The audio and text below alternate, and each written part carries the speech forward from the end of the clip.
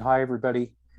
Thank you, Terry. Thank you, Lucy, for getting us together. Lots of you are familiar faces. We've even been in the same room, in the same conference rooms and things like that. So uh, I know, recognize many of you. Anyway, I think, some of you were together last week discussing this book. Maybe, I don't know if we could just do a quick go around, just name and where you're beaming in from, and then if there's a pressing question or something that you want to add, no pressure, but just I'll kind of keep track, and then I might give a brief little wrap, particularly about the second book, which I assume most people haven't seen, and then Does it work? just have a discussion. So It maybe if we is. could go around and introduce yourself, where you're from, if you have a question, or and then tag somebody else. So I'll start. I'm Chuck Collins. I'm actually beaming in from Guilford, Vermont, near Brattleboro, Oh, okay. and I don't have a question, I guess. And I'll tag Kit. Hi, I'm Kit Marlowe. I live in Cape May. I'm president of the Unitarian Universalist Congregation of the South Jersey Shore, and I'm a leader in the Democratic Party in my township. Lucy? Lucy Hitchcock, Salem, Oregon. Very much in love with Chuck's books and the primer that is about inequality in America. I just found it so clear. And my question really is how to get people thinking about raising the floor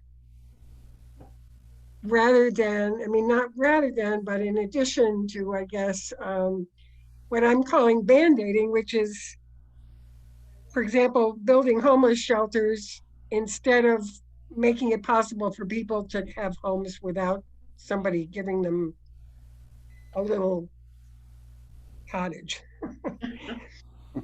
And how to get that word out. That's my real question. Linda O'Brien. I'm Linda O'Brien. I live in Blacksburg, Virginia. Lucy was my minister many, many years ago, and I've learned a lot from her, and I enjoyed the discussion last week, and I thought the book was fantastic, so I'm here to soak it up. Let's see, Carol. You're on mute. You're on mute. Hi, I'm Carol Allen from Princeton, New Jersey, and I was on the UUJEC board for a long time, and I think one of the biggest purposes of UUJEC is to get particularly Unitarian Universalists away from the idea of being like Lady Bountiful and giving food to poor people once in a while, and rather work on the fundamental structures of the economy and society so that everybody, as Lucy says, has a chance. And let's see, I'll call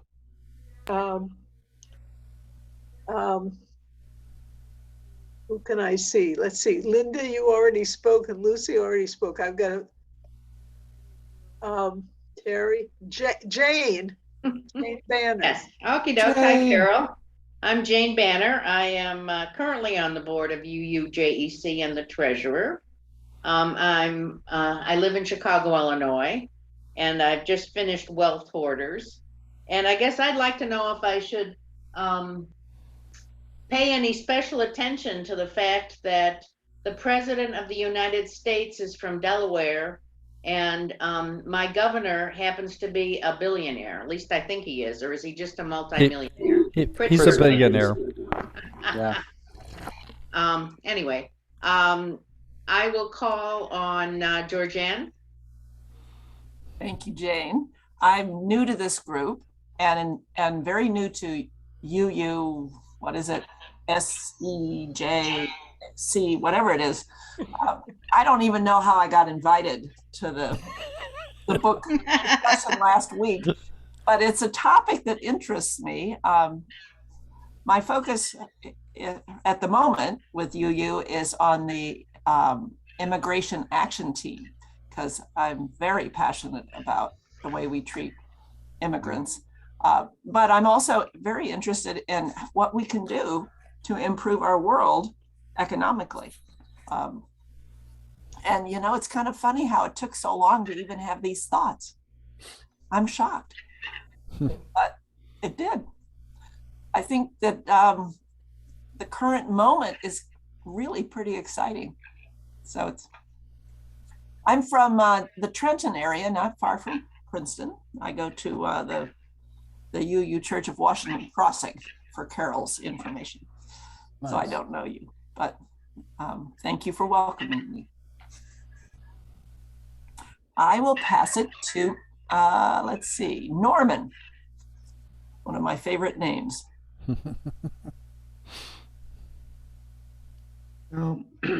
I'm Norm Gretzinger from Chicago. I've been interested in the question of income inequality for many years. I think I attended a conference that UUJEC sponsored a few years ago at Evanston. So this is kind of my follow-up. I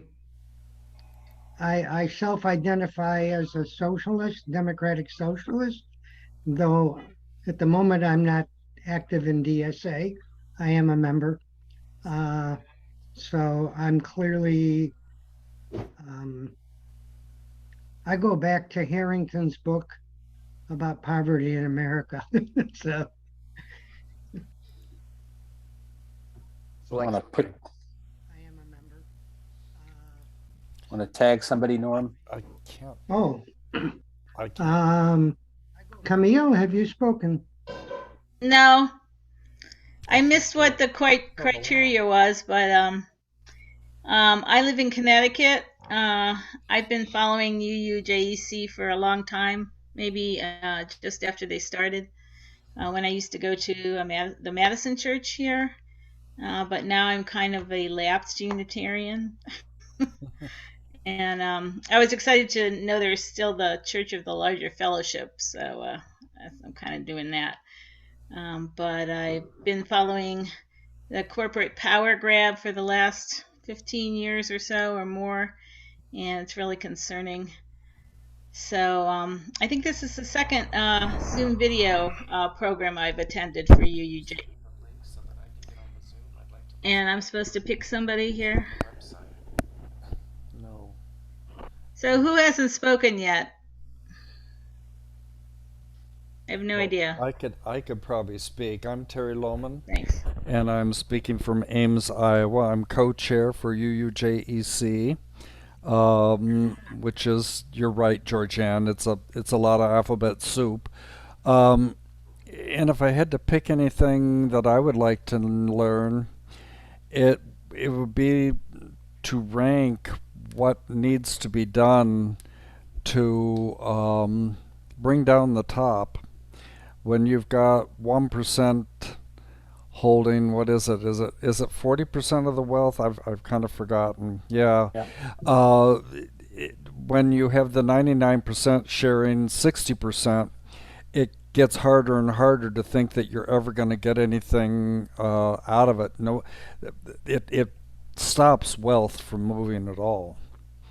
They have a well defended way of approaching their wealth, and they're not going to share it.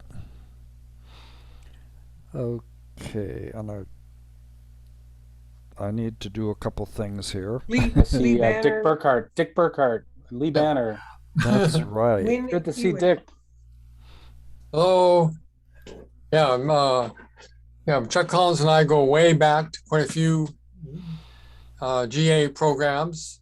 I was the key person that put together the Escalating Inequality Congregational Study Action Issue 2014. So I know a lot about that. Yeah. And inequality has always been one of my bedrock issues. And I have a kind of a long range vision where we would have stakeholder, at least partial, majority stakeholder ownership of the major corporations of the world, with some of the ownership being just all citizens, some employees, some customers, some suppliers, some different levels of government. And that would, the dividends from that could support a universal basic income. And at the same time, it could democratize the decision making. Okay. So that's one of the ideas I would like to hear, so some visionary things, thinking outside the box I'm working on. Hold on, somebody did. How about who else hasn't? Lee Banner, Win. Lee. How about Lee Banner? Yeah. Okay. Okay, I'm Lee Banner. I live in Chicago. Go to the Unitarian Church of Evanston, which you see in the background there. And I would like a clarification. Jane and I were talking a little while ago, and we got slightly different impressions of something in the book, where, Chuck, you were talking about the United States being one of the great shelter havens for wealth, hiding wealth. And I got the impression that was for people who did not live in the United States. People in other countries can shelter their wealth here. And I think Jane got the idea that it was also people in the United States who could participate. So maybe you can clarify that for us. Win hasn't spoken yet. I am Wynn Ewing from Gainesville, Georgia, member of Georgia Mountains Unitarian Universalist Church in Dahlonega. I am new to this. I saw an announcement on Facebook and it sounded really interesting. And unfortunately, I have not had a chance to read the book, but I was looking forward to hearing the discussion. Glad to be here. Yeah, I know. I've got it going the right one. I think Elizabeth Klein, have you gone? I don't know if you're able to. Have not, thank you. Who's Sally G? Is Sally G been called on? That's Lucy Hitchcock, actually. No, it isn't. No. It's Sally Gellert. Yeah, Elizabeth is speaking now. Elizabeth. Thank you. As I mentioned in the chat, I am from Cambridge, Massachusetts, First Parish UU, and I heard Chuck Collins speak here in the area at one point, and I'm eager to hear him again. My interests have been racial equity, and that's where I would love you to focus some attention. Sally.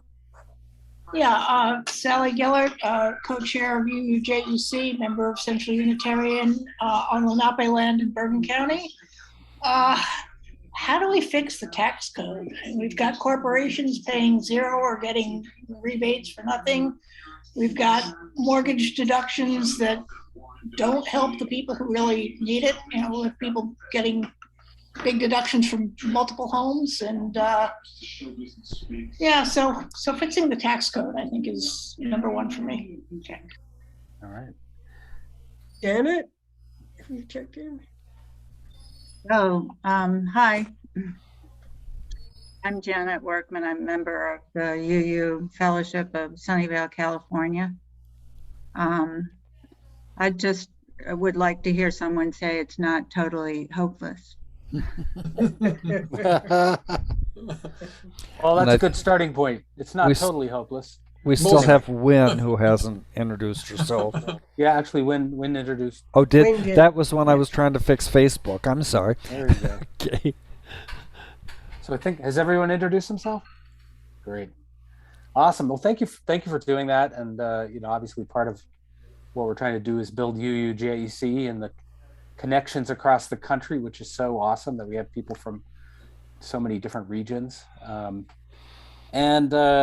wasn't here last week. For those of you who did talk about, the book is Inequality Irreversible, Inequality in America Irreversible. One of the early testimonials I had was a minister who stood up and held up the book and said, "This book is short." And as if that would, and I think it's probably its main virtue. And I think the whole idea of writing long books is kind of a folly anyway at this point. So So it does have the benefit of sort of being more of a mega pamphlet. But the main idea is obviously these inequalities have huge consequences, and there's sort of the larger income and wealth inequality, and then there's the sort of racial lens that we can look at these inequalities and how they're kind of supercharged by these inequalities. And I kind of almost like to think, there's the 400-year-old legacy of white supremacy, and then there's this last 40, 50 years of sort of accelerated overall inequality that have compounded the long-term systemic inequalities. But I really loved what Lucy said, the importance here of like, can we talk about this as a system problem? And I think the framework I suggest, if you haven't read it, is there's sort of three types of fixes. There's three reasons why some societies are less unequal than the United States, and I'm often thinking of the Nordic countries, Denmark and Sweden and Finland and the like, but they have a high floor. I would call it a decency floor, through which people cannot fall. There's guaranteed, nobody's destitute in the kind of extreme way that you could be destitute in the US. There's income support, there's universal access to healthcare, et cetera. So there's that decency floor. There are public investments that enable non-rich people to have access to education and the tools for good life. So there's public investments that create opportunity for having a good life. And then there are limits on the concentration of wealth and power, both mostly in the form of more progressive taxation. And,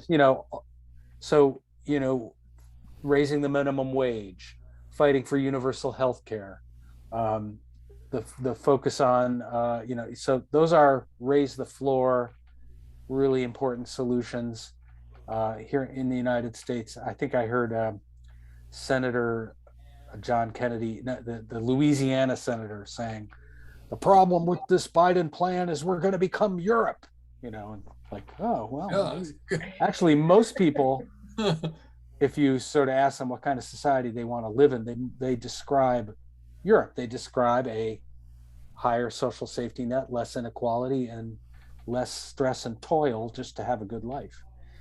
So raising the floor, things that create opportunity, universal, higher education, affordability, it's just ridiculous, the level of student debt that the younger generation is experiencing. Things that just, in the current Build Back Better bill, there's, huge investment in daycare and childcare as a form of infrastructure, which I think is a really smart way to frame it.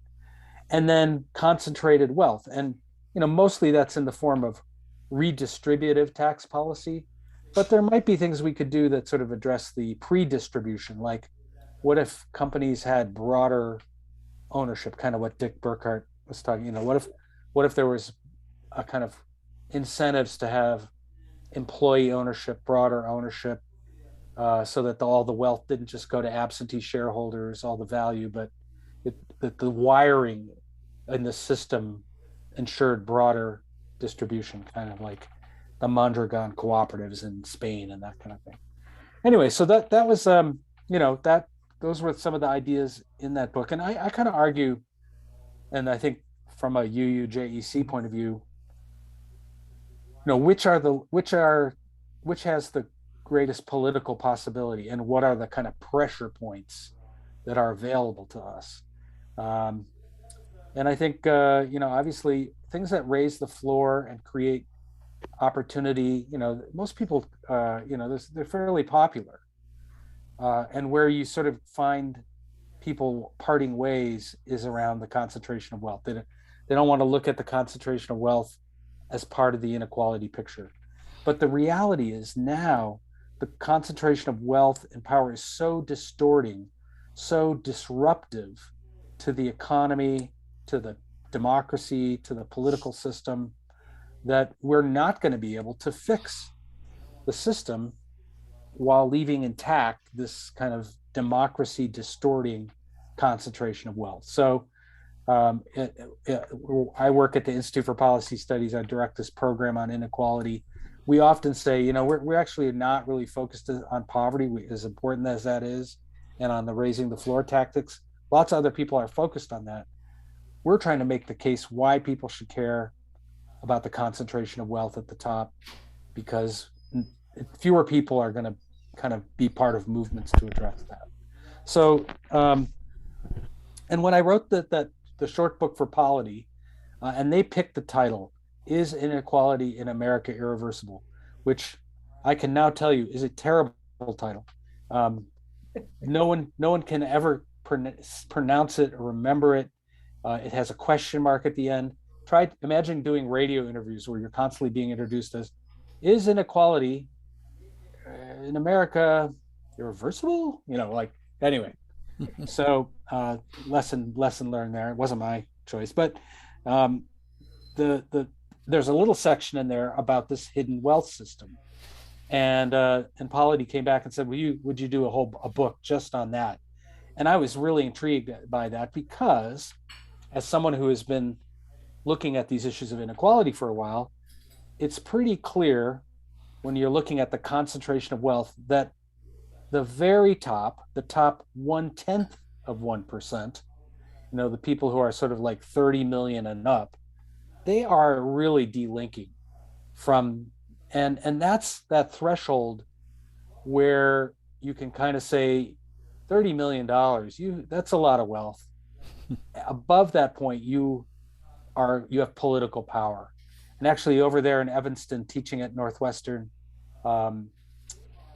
is a professor who wrote a fantastic book called Oligarchy, Jeffrey Winters. And he coined this phrase, the wealth defense industry. And my book really picks up from his book to look at who are the enablers, who facilitates this mass hiding of wealth, who are paid millions to hide trillions. And we're talking trillions at the global level now. The estimated amount of wealth that's being hidden by that richest 1/10 of 1% is somewhere in the $30 trillion range. $30 trillion hidden in the offshore tax havens, in trusts, and the like. So the wealth defense industry are the tax attorneys, the wealth managers, the family office staffers, the accountants. They're the people who are hired by the richest 1/10 of 1% to facilitate mass accumulation, and I would call it dynastic wealth, meaning keeping as much wealth in the family, sequestering it, putting it outside the reach of tax authorities.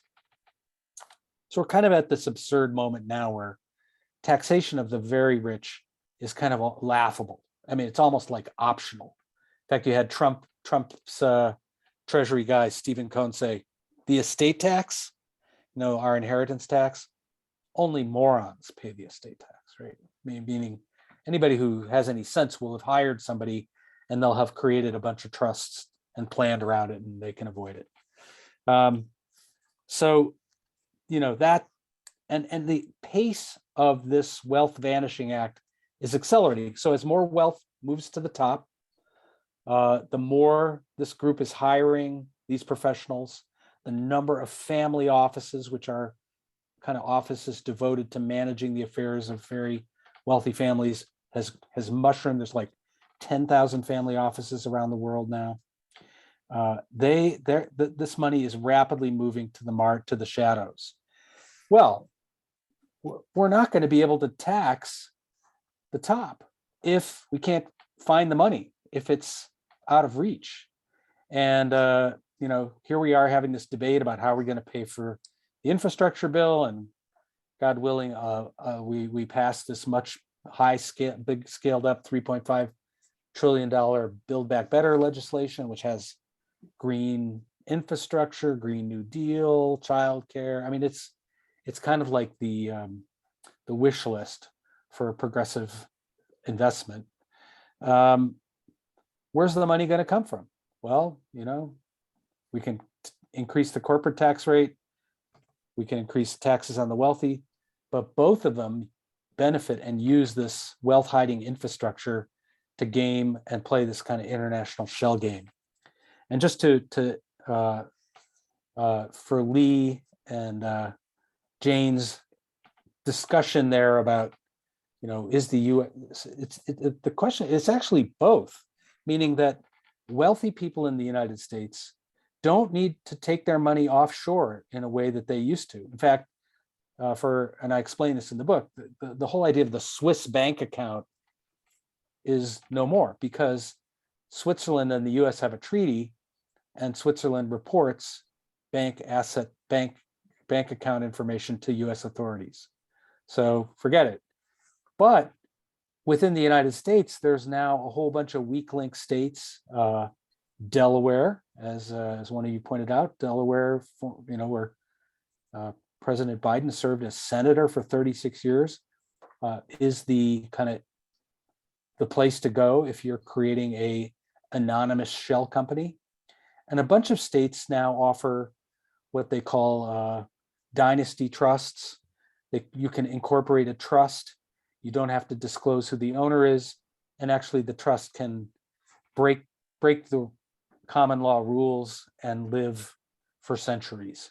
So people are setting up these dynastic trusts starting in South Dakota and Wyoming and states where a very small little trust industry basically has captured the political system. And again, Jane and Lee talked about their governor. The Pritzker family has a huge dynasty trust in South Dakota. They've moved a lot of their assets into these various trusts. Exciting preview, you're going to hear a lot more about South Dakota and these trust mechanisms in the weeks ahead. There's going to be some interesting developments that will bring more attention and scrutiny and name names in that area. The US is now a huge tax haven, though, for wealth from around the world. And this is somewhat new, meaning, where 10 years ago, if you were a dictator in some Southern Hemisphere country and you'd stolen money from your own people, you would get that money out of the country, and you probably would end up in London. But the UK and Europe are starting to require greater disclosure. They're starting to crack down on kleptocratic capital. So now you bring your money to the United States, because we are tax haven USA now. After the Cayman Islands, we are the #2 destination for illicit funds. And this is causing, this actually matters. It's flowing into our communities in the form of investment money, a lot of it going into luxury real estate, driving up the cost of housing. You walk down any of our major cities now, you see these large luxury condo buildings that are vacant, or they are owned by shell companies and we don't know who the real owners are. A lot of that is global money coming in and parking itself. These folks don't even care about earning any income. They are just parking their money. Think of it as like a wealth storage unit, like the storage unit you see along the highway. It's like they're just looking for a place to park their money, and the US is a perfect destination. And typically, because we have a strong property rights system, and because we have Delaware and South Dakota and a bunch of these states that have become kind of basically bordellos for illicit capital. Delaware has this distinction now of, 80% of anonymous limited liability companies are incorporated in Delaware. Occasionally the light cracks open, there's a leak or disclosure when Michael Cohen, Trump's lawyer, kind of disclosed a bunch of information. They discovered, oh, he used a Delaware LLC to funnel money to Stormy Daniels to keep her quiet, or Paul Manafort used the LLCs in Delaware, and Back Pages, which is a child pornography website, which is one of the number one trafficking sites, is incorporated in Delaware. I mean, it's kind of becoming embarrassing for Delaware, and it became embarrassing for Biden, to the point where, as he was running for president, he started to say things like, these states need to come clean, and we need to have greater transparency, and the U.S. is going to call on other countries to have transparency. We should do that as well. So it's a fascinating topic. It's really relevant to the current debate, because we're talking about how, and one of you asked about corporate taxation. Corporations, again, we're talking about a couple hundred global transnational companies. They have a different but overlapping set of tools in their toolbox when it comes to gaming their taxes down. A huge fix that's on the table. Treasury Secretary Janet Yellen is negotiating with the G7 and the G20 countries to institute this, what they call a global corporate minimum tax, 21%. Sometimes people talk about 15%, but the whole idea is that there's a floor, and that countries stop competing against each other in a race to the bottom of who's going to charge the least corporate income tax. And in order for that system to work, there has to be a country by country reporting, meaning if you're Apple or Google, you say on your tax return, here's what I'm paying in Ireland, here's what I'm paying, I have X hundred employees there, and I have this much of sales, and I pay this much tax there. And you basically have to disclose what you pay in every country, as opposed to everybody's kept in the dark and deducting their taxes against each other. So it's a really meaningful reform that could happen through the G20 process and through the wealthy industrialized countries coming together and saying, corporations aren't going to get to just play us off against each other. We're going to have a minimum. So that's something that it's actually a really positive development. Anyway, I might just stop there, just except to say, I think there's some really positive signs. People are really waking up to these issues of inequality. I mean, Dick Burkhart, when he introduced his resolution and worked with UUJEC, led this effort to talk about escalating inequality.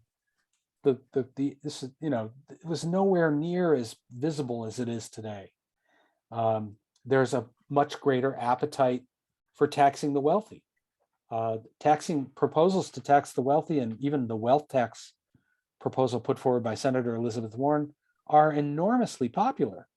60-70%, majority of Republicans, independents, Democrats support these, raising taxes on the wealthy. Everybody knows, the system is completely out of balance and out of whack. So, I think, unfortunately, even as we sit here, there's this debate about the size and scope and how these big investments are going to be paid for. But it's a really key moment. I'm sure you're all tired of just like, oh, call your representative from Congress or call your senator. But actually, they are not hearing from constituents who believe that they should make this a big, bold, go bold, go big, nothing to be gained by these half measures. Don't let, the Joe Manchins and the Kristen Cinemas of Arizona and West Virginia set the tone. Billionaires have seen their wealth during the pandemic. US billionaires have seen their wealth go up 2 trillion with a T over the pandemic. A third of their total wealth gains have happened during the pandemic since 1983. This is research, by the way, that we have done at the Institute for Policy Studies we are the people who are out there talking about billionaire wealth gains during the pandemic. And maybe before I forget, let me just say, check out inequality.org if you're not subscribed to the newsletter. It comes from me every Monday at 2:00. It has all kinds of like fun, hopeful, sometimes even funny, but always inspirational examples of what people are doing to address the various manifestations of inequality. So if you want to plug in, check out inequality.org. But let me sort of stop there. Well, actually, I'm just looking to see, some of you had really good questions that I tried to, Sally, you were just talking about the tax code. And I would just underscore, wow, this is such a moment, because the public supports it. Democrats, who are usually nervous about proposing progressive tax proposals, have huge amount of cover, huge amount of polling that shows that the public wants this. That doesn't mean they're not nervous or they're not just listening to their big donors, but it creates an opportunity to say, look, and President Biden has taken our messaging handbook. He's out there talking about the richest 400 families pay an effective tax rate of 8.2%. That was the White House just did that analysis right this week. A normal working class person pays about 14% of their income in taxes. So it's embarrassing. And the House Ways and Means Committee, which is where tax policy typically starts, is unfortunately a pretty conservative committee. It's captured by Richie Neal from Massachusetts, who's, if you want to pay off one guy to stop good things happening, that's who you pay off.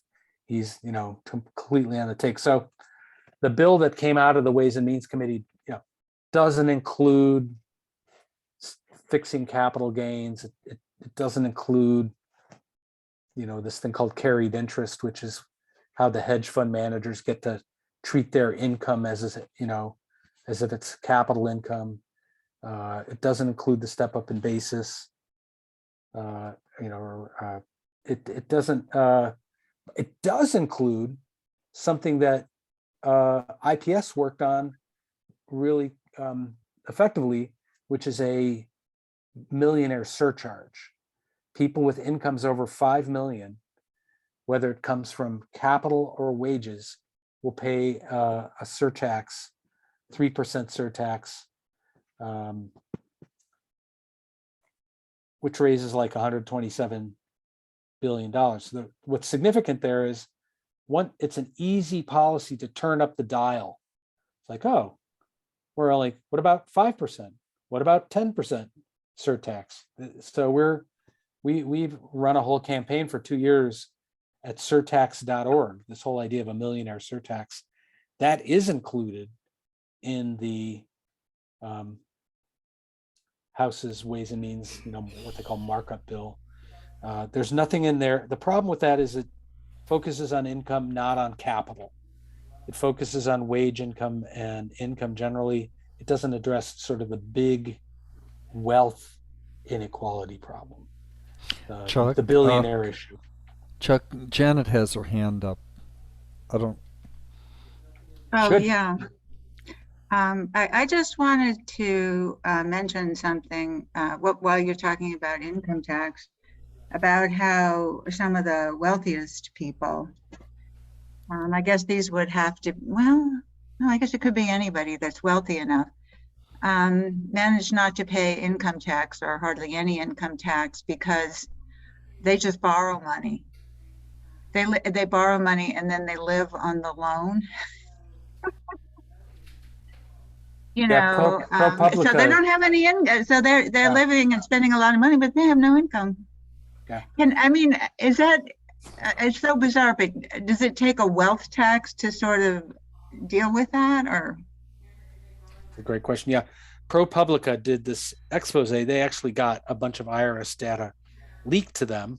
And so they showed, how these billionaires basically, as Janet says, they instead of drawing on their capital or even spending their capital income. Imagine they have stock that they bought for $1, but now it's worth 500 a share. So they have this appreciated stock. They don't want to sell that and be subject to a capital gain. So they basically borrow. They go to their friendly bank and say, lend me money. And then so they don't end up realizing those capital gains and they avoid it. That's just one of a dozen different tricks that the super wealthy engage. So yeah, there are some fixes to that. One is to say, yeah, we're going to tax income from capital. We're going to tax stationary wealth with a wealth tax above a very high threshold, above 50 million. If you got under 50 million, we don't care. But when you have over 50 million, you're going to pay a 2 or 3% annual wealth tax that begins to chip away at that accretion of wealth and power. Yeah, let's open it up. And if I don't see people, Terry could call on them as well. But yeah, I'll do that. I have a question. Did you have a chapter about people who bought really expensive artwork and they have this? Yeah, I thought that was your book. I think you should explain that because it's just irritating that people would buy such treasures and hide them away just to own them. Yeah, I mean, part of it is, this is like one of those visualizations. You have to get into your inner billionaire. You got $1 billion. What are you going to do with it, right? I mean, so if you go to your wealth defense advisor, they're going to say, you got to spread it out there. Let's say it's Kit. Kit's got his $1 billion here. What, Kit? You're going to need to take, a portion of that is going to be in the stock market, right? You're going to have it in investments, but you don't want to have all your eggs in one basket. So you're going to put some in real estate, and you're going to put it in real estate in different markets, and you're going to have commercial, and you're going to have land in rural areas. This is how Bill Gates ends up being the biggest landowner in America because he's got so much wealth. So think of it as you're spreading your wealth over different asset classes: jewelry, real estate, crypto. Some of it's very safe, bonds, land, and some of it's there just, as I said, to park the wealth, just to hold its value. And this is where art is another form of wealth storage. And they've even created these free trade art ports that are kind of like buildings that essentially exist in a kind of stateless limbo, meaning they're not in any nation state. They're free trade zones. So if Kit says, I'm going to buy a Monet, I'm going to pay $100 million for this painting. First of all, it's sitting in a art port in Delaware, and he owns it, but he's never actually. It's just sitting in this air-conditioned building. It's an asset. It's like money in the bank. And maybe in a few years he'll sell it to Terry, and he'll buy a Cezanne. None of this art is going to sit in a museum. It's going to sit in their house. It's just it's another commodity that they're going to use. So yeah. Any other questions, comments, just coming out of Well, I can address one thing. I've noticed that us liberals were upset that the rich people are pushing us around. And I've noticed that the conservative Republicans believe that the government is pushing them around. Everybody's really resentful about being pushed around. And if we could do a good job of showing that the government is being pushed around by the rich guys so that the government is not the powerful people who are pushing you around, maybe we could mobilize everybody's resentment about being pushed around. Yeah. Yeah, no, it's always striking to me that my friends who are conservatives will talk all about government picking their pocket. And I say, well, who's really picking your pocket? your cell phone company, your cable company. They're nickel and diming. These private companies are nickel and diming you, partly because they're unregulated. Your healthcare costs are picking your pocket. You go to the doctor, you get 5 bills from 5 different vendors at the hospital. Like, that's a tax, and it's a tax that wouldn't exist if you had better regulation or universal health care or effective consumer protections. But so sometimes it's helpful to say, yeah, those private corporations are taxing you even more than the government. They're really, look at your bills. I see Norman has a hand up there. Yeah, so I wanted to ask, I'm a fan of Elizabeth Warren, so and she's been a big promoter of a wealth tax, which to me makes a lot of sense. But it's been stated that wealth taxes have been tried and failed. And I don't know what the examples of that are. And of course, as you pointed out, there's a whole industry that's been created to avoid, the payment of taxes.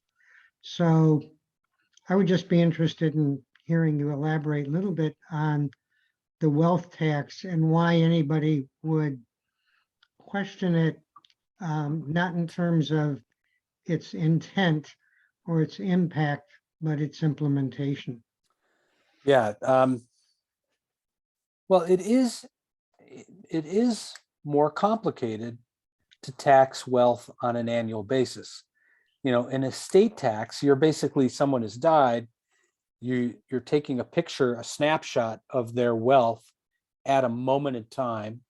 So literally you get appraisals and you know that Kit is worth, God bless his, rest his soul, he's worth 1.1 billion, because we can add it all up and we can levy that estate tax, except he put most of it in a trust in South Dakota, so he doesn't pay any.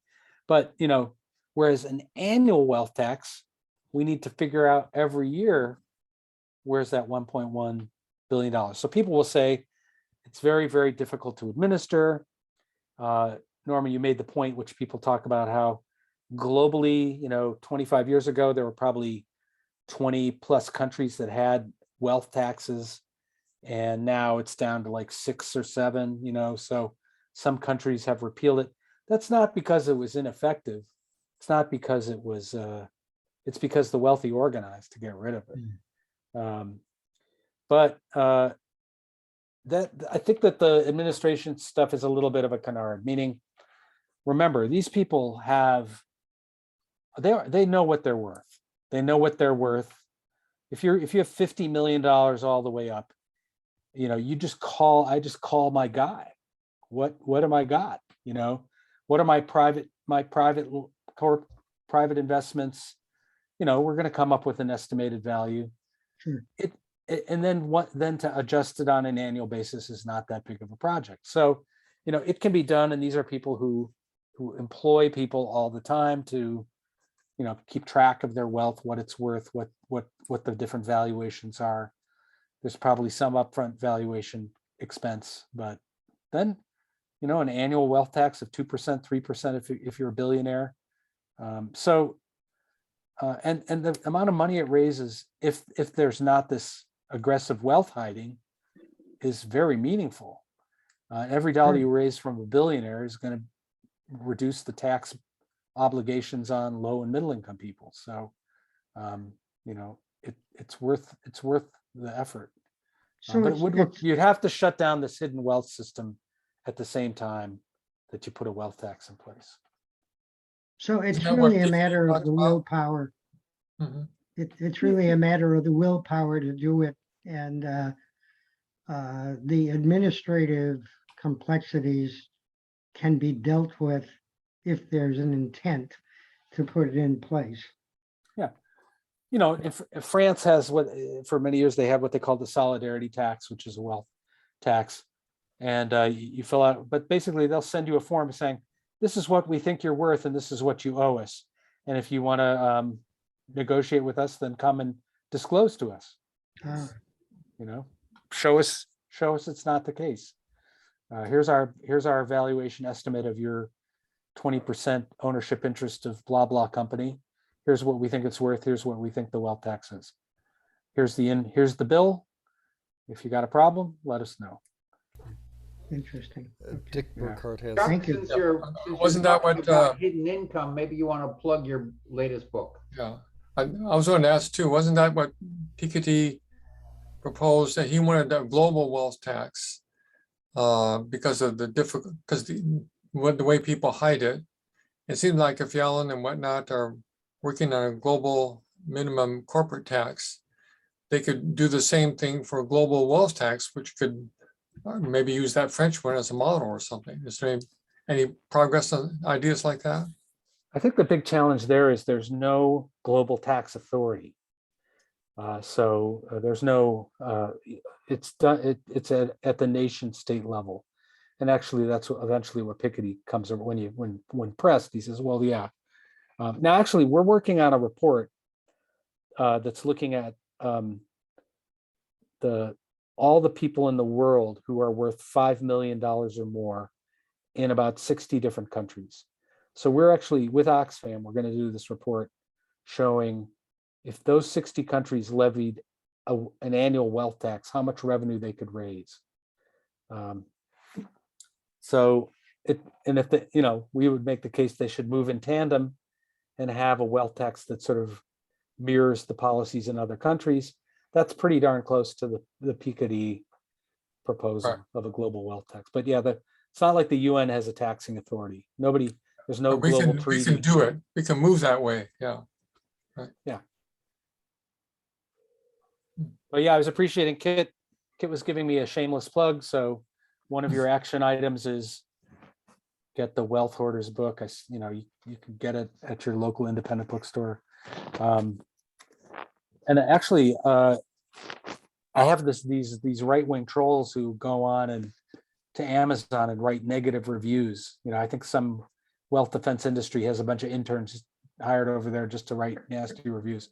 So Terry Lohman went on and wrote a nice review. So if you go on to Amazon, which does matter because people look at those ratings, and just if you write a review saying this book changed my life, everyone should read it, 5 stars.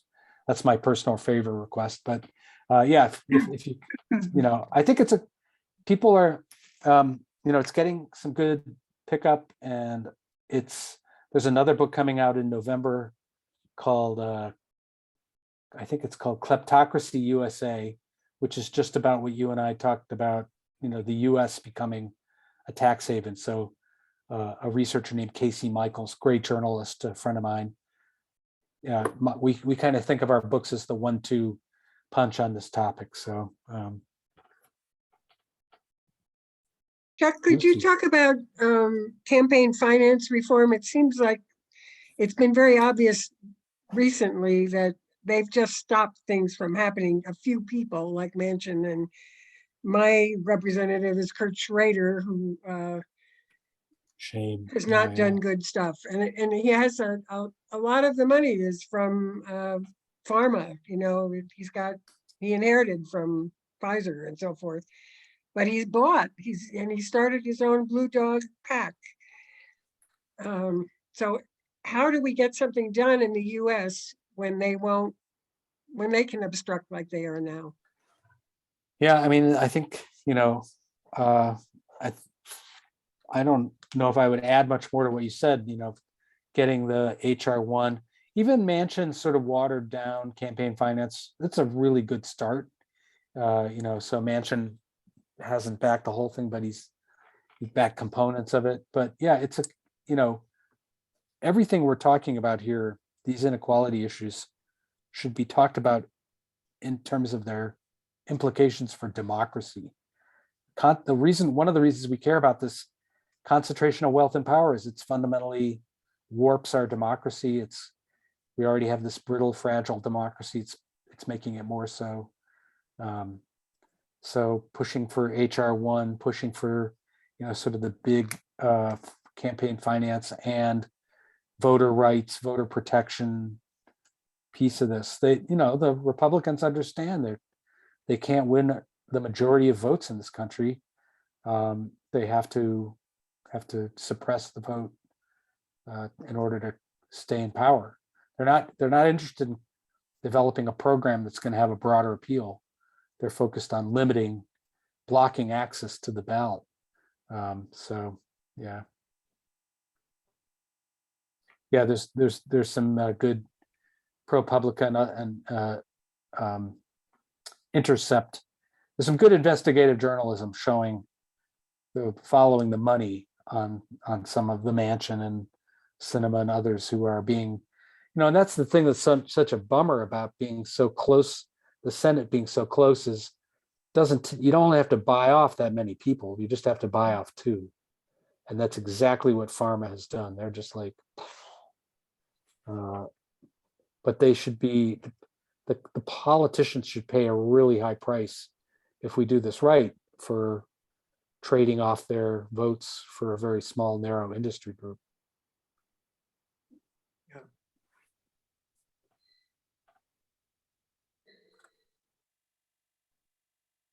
Yeah, other thoughts or comments? Well, at the risk of being greedy for your time, I'm going to follow up on Lucy's question. How did the rich folks manage to avoid those campaign finance limitations?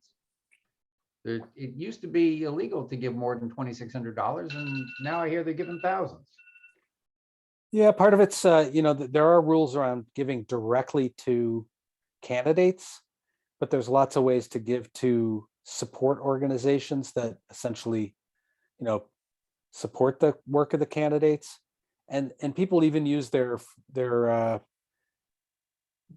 shadow, the dark money is pouring in through tax exempt C4 organizations, donor advised funds that launder gifts that go to kind of support organizations that are weaponizing philanthropy. So people are even using their tax exempt philanthropy to advance their political and policy agenda. So, there's lots of levers of influence in addition to, just giving the direct money to the candidate, which is scrutinized and which does have, limits and, candidates have to report, but you can just give to the Michigan, committee for blah, blah, and it's basically going to run even though it's not supposed to be, they're going to run a coordinated campaign, or they're going to pay for certain kinds of ads that will attack the opponent and advance there's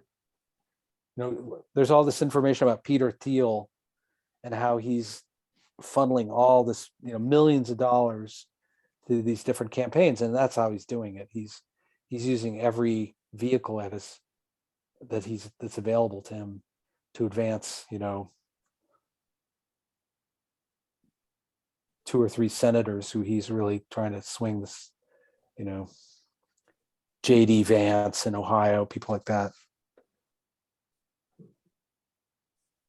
So does Wealth Hoarders tell us what we should do? We need to know what we can do. Yes. One I think that there is a moment we're in where transparency, there's a lot of interest in pushing for transparency.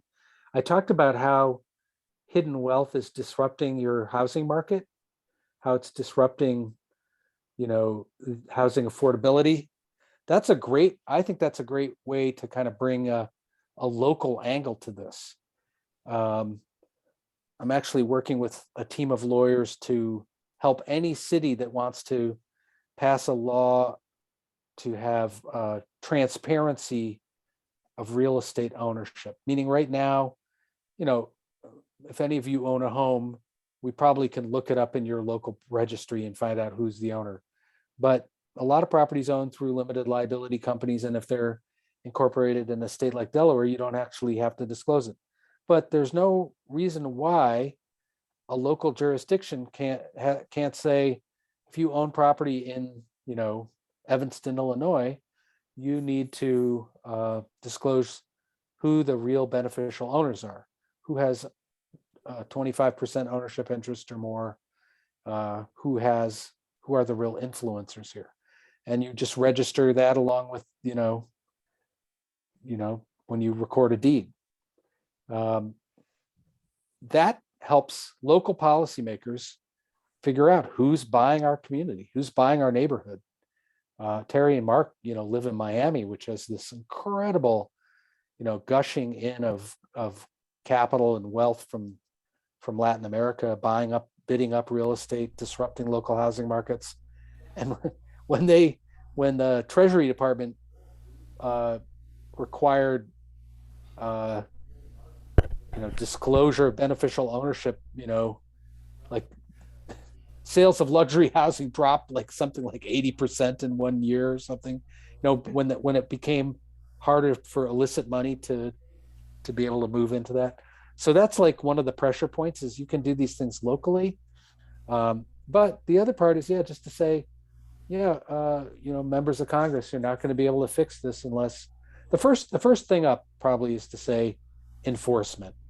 And, most of us don't love the Internal Revenue Service, but their capacity to enforce tax laws as it relates to the wealthy have been devastated.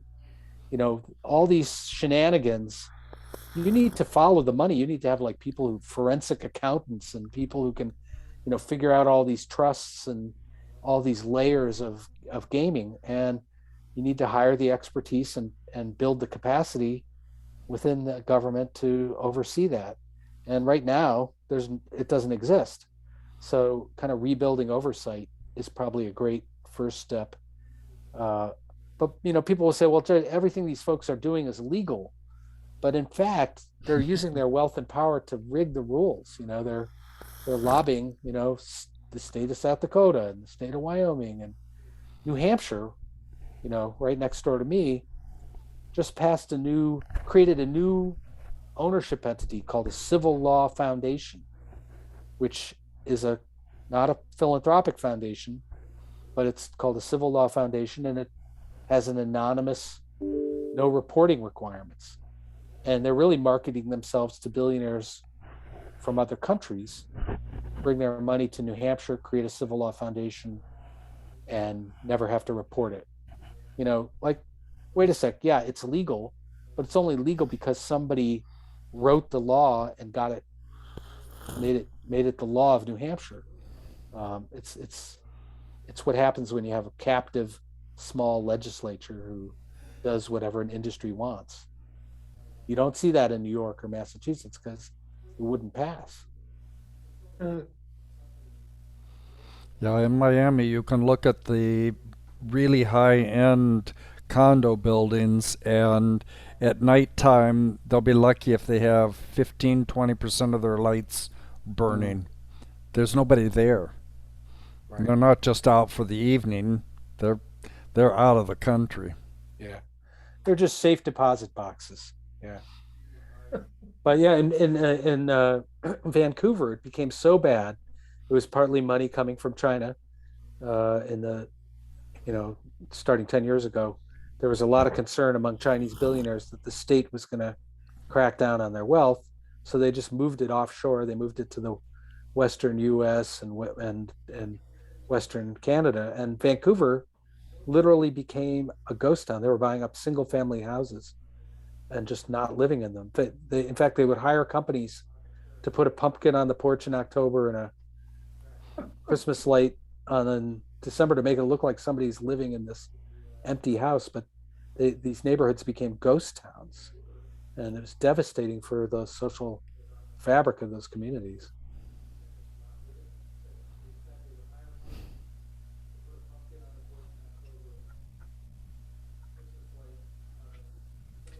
Oh, just one fun thing I'll mention is I've been involved in helping organize this network called the Patriotic Millionaires. Because partly if you advocate for high taxes, people, the opponents will say, oh, well, you're just, the politics of envy, or you hate successful people. So we have, 250 very high net worth individuals who are publicly eloquent as hell about why they should be taxed at higher rates. And check out taxtherich.com. We have a little roadshow. We're actually doing it tomorrow for Move On. It's like 5,000 people have registered for our Tax the Rich roadshow. And so yeah, check out that 30-minute little program that we do. We've done them in all these different congressional districts, and I think it's very effective. And they're just a good group of messengers to reinforce or to counter some of the myths. So they'll say things like, look, we're not wealth creators.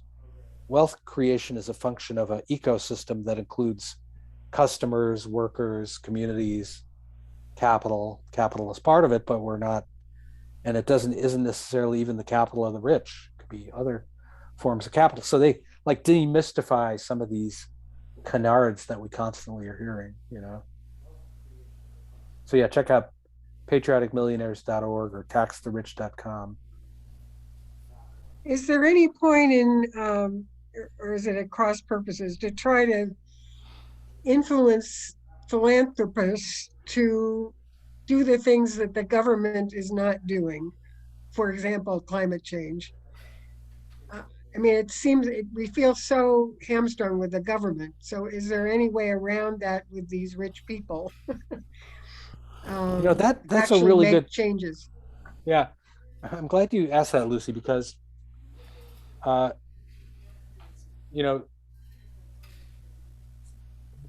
there's some possibilities there, and there are philanthropists, there are billionaires who are stepping up and moving money to the kind of radical edge organizing that we would like to see. And there's philanthropists funding work around these issues of inequality. The one thing I would just I would just underscore, philanthropy supports an independent sector. And I'm actually enough of an anarchist that, I don't really like the idea that the state is the sort of sole repository of I like the fact that we have an independent nonprofit sector that's outside government, that's outside corporations, a third sector, if you will, and that it's supported by philanthropy.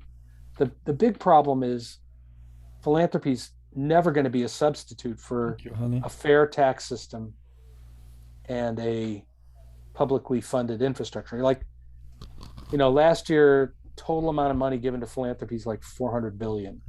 I mean, that's like whatever. The military budget's 700 billion. Food stamp program is 100 billion. So it's never going to have the scale, but it can fund really good cutting edge organizing. But one of the side projects I've been working on is how do we fix philanthropy, because philanthropy is becoming more top heavy as inequality grows. Low and middle income people are giving less money to charity. They're feeling the economic insecurity, the precariousness. So the whole idea that small givers, supporting the March of Dimes and the United Way and all those things, that's changing. More and more of the money, almost all the growth of philanthropy is from mega donors, the big donors. So it's becoming more top heavy, and that's a problem. It's a problem for the nonprofit sector who has to chase after, what's this billionaire want, So I think we need to change the rules. For one trend is that wealthy people, most working people, when they give to charity, they give directly to the recipient group, Boys and Girls Club, food bank, alma mater, UUJEC, whatever. Wealthy people will give money to to an intermediary that they control, the Chuck Collins Foundation, the Chuck Collins Donor Advised Fund. I take my tax break. For every buck a billionaire gives, it's about 74 cents of lost tax revenue, right? So I get my tax break, and then it sits in my private foundation. Then I'm only required to give away 5% a year, but that 5% includes my overhead, which includes the salary I pay my kids to show up at the office, and the meeting that we have in the Rocky Mountain, resort. That chews up some of that payout requirement. So at the, maybe 5 out of that 5%, maybe 3.5% will go out the door. Donor advised funds, I put my donor fund in money into a donor advised fund. I have no legal obligation to move that money. It can sit forever.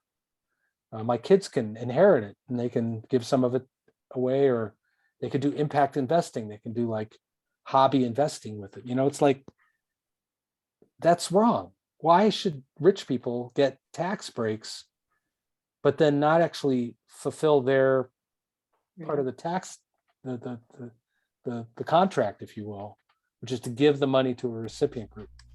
So we've been lobbying for increasing payout, requiring donor advised funds to have a payout, blah, blah. So philanthropy needs to be fixed and reformed, but there's some hope that we can inspire and direct some of that money to the right place. And actually, I just did an article for Yes Magazine called Helping the Rich Let Go. I interviewed this really cool woman named Steph Broby, who's a London wealth advisor. And my book, The Wealth Hoarders, is about the wealth defense industry, the people who go to you and help you figure out how to hoard money and pass on as much to your family as possible.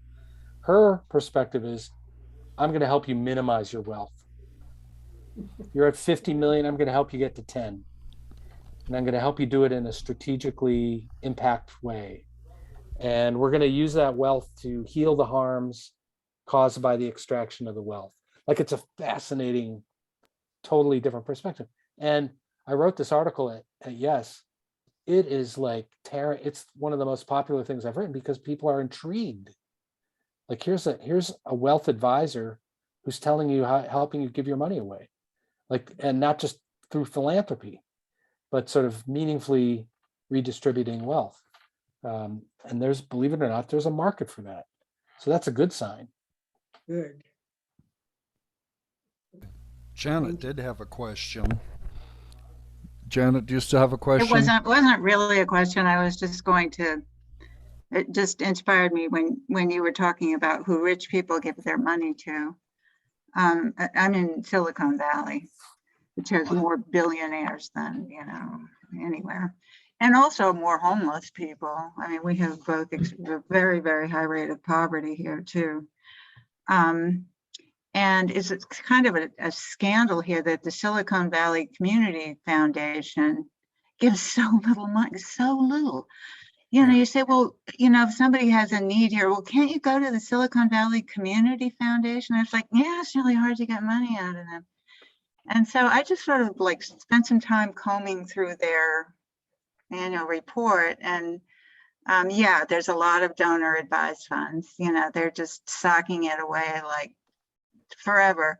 But the biggest single local charity is Stanford University.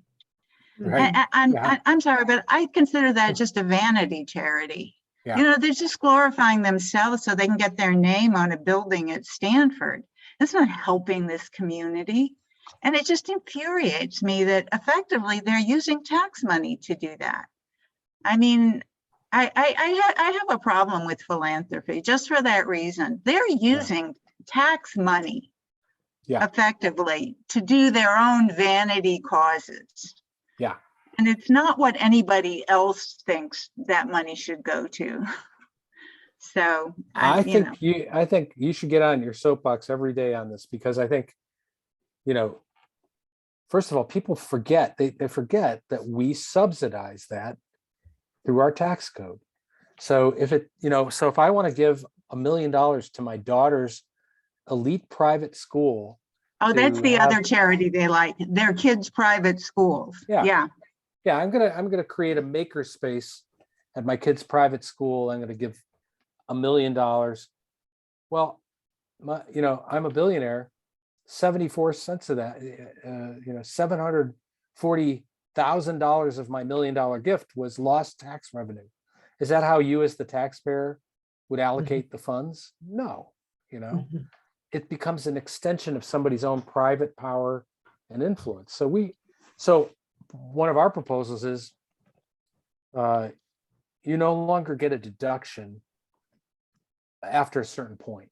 You limit, could be $500 million. But the whole idea that Bill Gates can take $100 billion, put it in his private foundation, never have to pay taxes on that appreciated value, that's just not right. Give the money away, but don't take a tax break. Don't make the rest of us subsidize your little private projects. So just remind people that's our tax dollars at work. And that, there should be greater democratic accountability.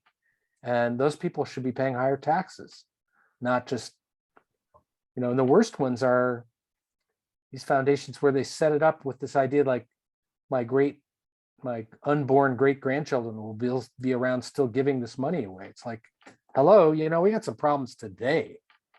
Let's stop thinking about philanthropy in a dynastic way.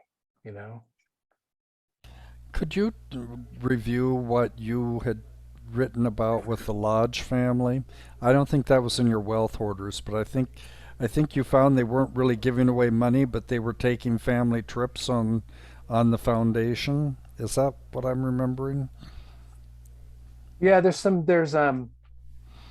are some abuses. Actually, it's the Cabot family, very close. The Cabots and the Lodges, Okay. right? Terry's got his Boston plutocratic history pretty down there in this one.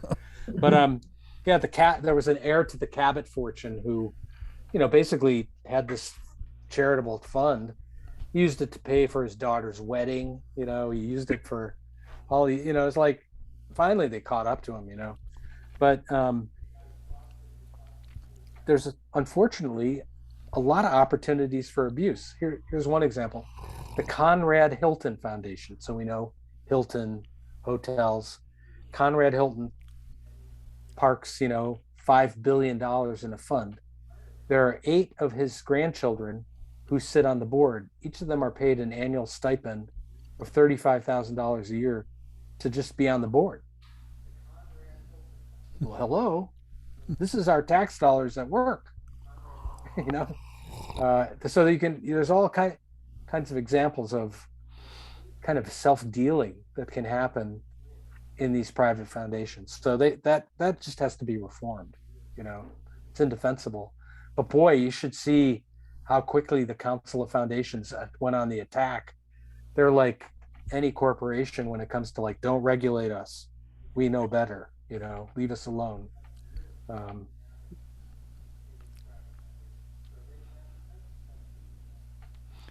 Well, we still have 9 minutes left, but if there are no questions, we might just pause. Or does anybody have any more questions?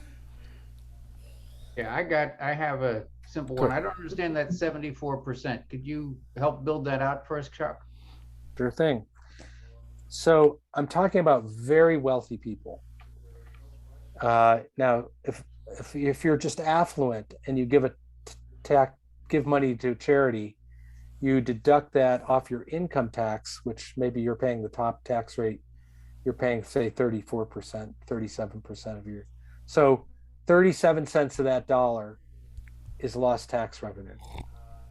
But when you're a billionaire, you're not just reducing your income tax, you're reducing your estate tax, your capital gains tax, your gift tax. You're reducing a much bigger bite of your tax system, so your tax obligations. So that's where the 74 cents comes from. It's based on an estimate of a very high net worth individual giving away money. I have a little blog post about that I can send around. Or if you just Google inequality.org, 74 cents, I think you'll find it. Anyway. So it's 37 cents when they earn it and 37 cents when the heir gets it. Or it basically reduces their future estate tax. You're basically reducing the amount that you would pay in an estate tax. So I give $100 billion to the Chuck Collins Foundation. I have just probably saved myself, $30 million estate taxes. Anyway, well, yeah, I think we could close with a Unitarian prayer for the future of our country. May we all find it in our deep reservoir to help transform this broken society and broken system, and know that the coming weeks and months are very critical, and that we can find some ways, some pressure points, some leverage to help move us in the right direction. So it's great that the UUJEC is out there. You're the conscience of the larger denomination. You know, the UUs have punched above their weight, and the UUJEC is an important force within the UUs. So I'm excited for all that you do, and look forward to all being together in person at a GA again someday, somewhere. Portland, maybe. Portland. Thank you very much. We're really grateful for all you do for us, between your weekly newsletter, which gets posted on our Facebook page, and all your wonderful books. Yeah, thank you all. Thanks Thanks so much, Chuck. Thanks, Lucy. Thank you. Take care, everybody. Yes. Bye, everybody. Bye. Thank you, Chuck. Bye-bye.